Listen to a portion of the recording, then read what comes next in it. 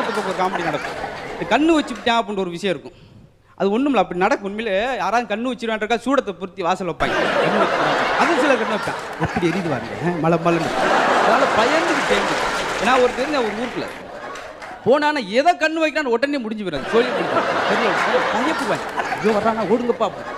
போறாரு ஒரு முருங்கை மரம், சின்ன மரம். ஆஹா என்ன சின்ன மரமாக இருக்குது, இதில் போய் 200 முருங்கைக்காய் அப்படின்னேன். சட்டான்னு மரம் ஒடிஞ்சு முடிஞ்சு.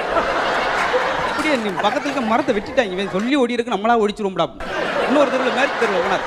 ஒரு உங்களதான் ஒரு பசுமாடு 20 லிட்டர் பால் கறந்து ஊத்து பார்த்தேன். பரியா காலம் மாறிடுச்சு. இம்பட்டு கூணு பசுமாடு 20 லிட்டர் பால் கறக்குதியா. டம்முன்னு மாடு விழுந்து போச்சு.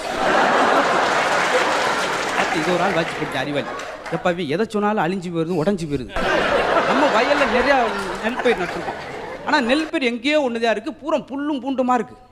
இவனை கூட்டு போனோம்னா இத்தனை புல்லான்னு சொல்லுவான். புல்லு ஊரா அழிஞ்சு போயிடும்.